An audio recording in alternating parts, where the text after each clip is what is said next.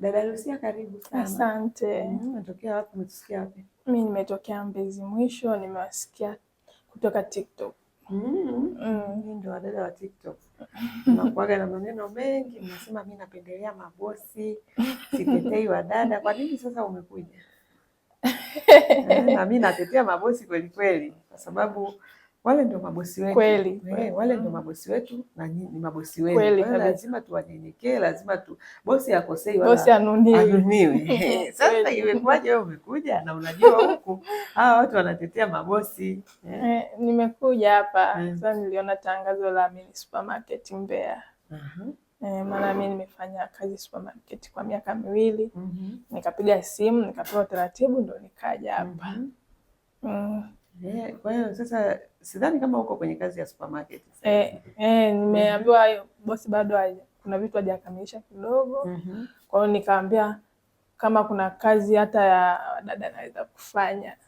Kwa hiyo japokuwa sijawahi kufanya. Sijawahi kufanya kazi za ndani? Sijawahi. Okay. Wewe ulikuja kwa ajili ya kazi ya supermarket. Lakini ukaambiwa bosi amefanyaje? Kuna vitu bado havijakaa sawa kidogo. Lakini kama kuna nafasi ya duka kama ikiwepo utaenda, kama isipokuwepo itakuwaje? Ngambia hata ya wadada nitafanya. Wewe ukasema hata ya wadada utafanya. Sasa kwa nini ulisubiri ukaja kwenye hiyo kazi ya supermarket kama ulikuwa uko tayari kufanya hata ya wadada? Maana hizo zinatokea chache, na zikitokea chache unakuta wanaokuja ni wengi, kwa hiyo pia atakaopata ni wachache kati ya wengi waliokuja kuomba. Lakini hizi kazi za wadada ziko nyingi hizi, yani ni wewe tu uwe tayari kufanya kazi kwa level ambayo unayo wewe, kwa sababu kuna professional, kuna smart, kuna traditional. Kwa hiyo ile level yako ndio itakayokupeleka kazini. Sasa unakuta ndio hivyo, wengi mnataka nataka kazi ya supermarket.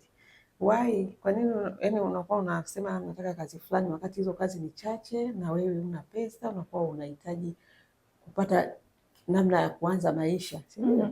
Kweli. Kwa hiyo kwa nini nilisema hivyo? Kwa sababu ni kazi ambayo nina uzoefu nayo.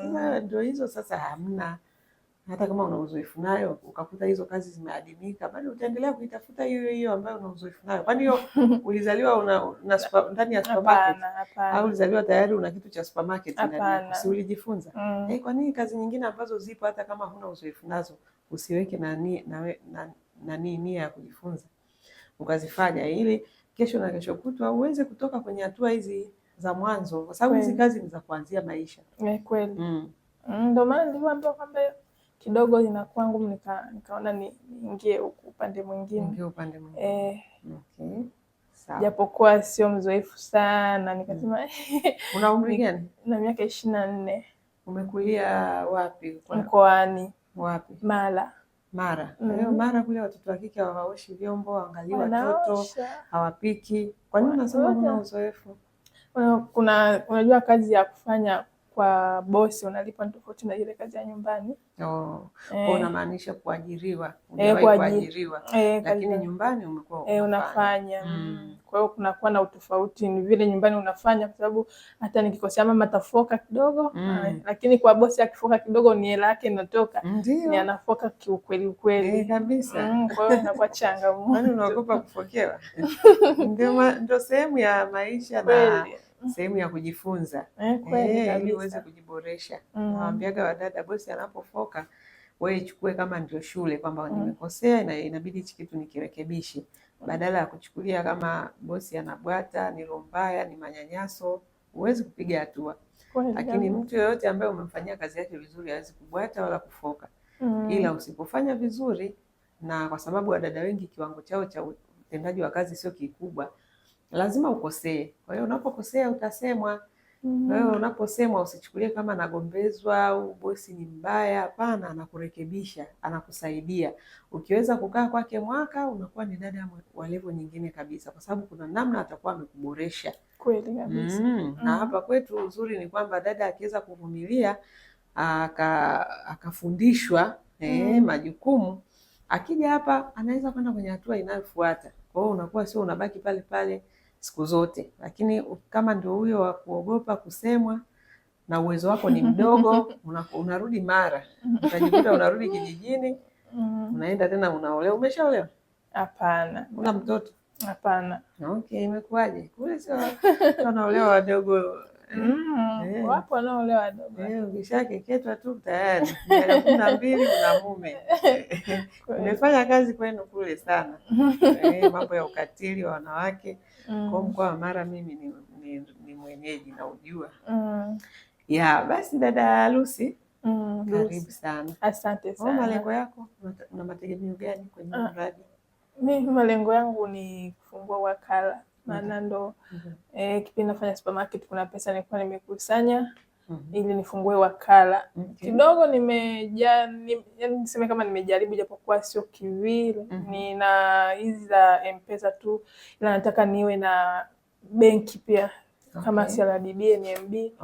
Kwa hiyo mtaji umekuwa mdogo, kwa hiyo nikasema uje uongeze. Okay. Kwa hiyo tayari ushawahi kuanzisha biashara yako? Kuna biashara. Kwa sasa inaendelea au umeisimamisha? Inaendelea.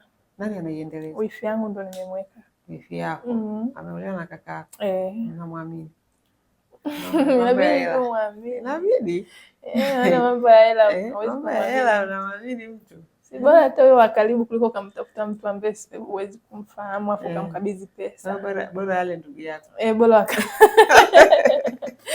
sawa dada Lucy. Sawa, kwa hiyo unatafuta kama kiasi gani? Maana nimeambiwa hizo kuzipata hizo mashini kuna hela ndefu kidogo. Unahitaji kama kiasi gani?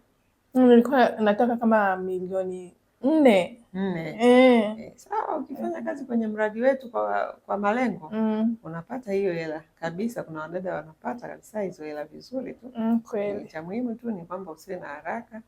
Ujue kabisa kukusanya hiyo hela na inahitaji uwe na muda labda mwaka, miaka 2. Kweli kabisa. Mpaka 3 maximum unatosha, unapata hela yako, unaenda kuanzisha biashara yako. Kweli kabisa. Kwa hiyo angalizo tu ni huku tunafanya kazi kwa mfumo, tuna huu mwongozo ambao tumewaandalia ambao unawasaidia kuweza kulipwa zaidi. Yaani ukija hapa ukajitahidi kujifunza huu mwongozo wetu tulioutengeneza, namna mabosi wanavyotaka kazi zao zifanyike. Kwa hiyo kuanzia mwaka wa kwanza ukijitahidi kujifunza, mwaka wa pili unaweza ukaenda kwenye daraja la smart dada. Mwaka wa 3 unaweza ukawa professional. Lakini lazima ufanye kazi. Lazima ufanyie kazi yale ambayo tumeyaelekeza. Kwa hiyo huu ni mwongozo ambao utamsaidia dada ambaye ana maono, ana malengo, anataka kufika mbali, anataka kukusanya pesa ya maana, ndio. Lakini pia ukijifunza hizi mbinu, utakwenda kwenye biashara yako, unaenda ukiwa na upeo mkubwa zaidi kabisa, jinsi ya kuweza kufanya hata biashara na zikaendelea. Sio tena unaanzisha kibiashara kinakufa tena unarudi Wadada Center. Hayo mambo si hatutaki. Kwa hiyo cha muhimu sasa, utakapokuwa unafanya kazi na sisi, ujue kuna hii mifumo ambayo tumeiweka ya kuwashawishi mabosi watulipe vizuri. Maana yake ni lazima sisi tufanye kazi zao vizuri. Kwa hiyo chochote kitakachokuwa kinatokea kwenye mradi wetu, kuelekezana ni kwa nia moja ya kukujenga wewe ukafanikiwe. Hata pale tutakapoona tumekuwa wakali kwenye kazi, sisi hatuna mtani. Kwa hiyo tutakuwa wakali, tutakuelekeza, bosi wako utakapokwenda naye atakuwa mkali kama kuna vitu ufanyi sawa, lakini yote ni kwa ajili ya faida yako wewe. Kutengeneza uweze kung'aa, uweze kuwa na thamani. Kweli kabisa. Hatuna mambo binafsi, yani hatuwezi kumsema mtu kwa issue ambazo hazihusiani na kazi wala kumjenga. Hapana.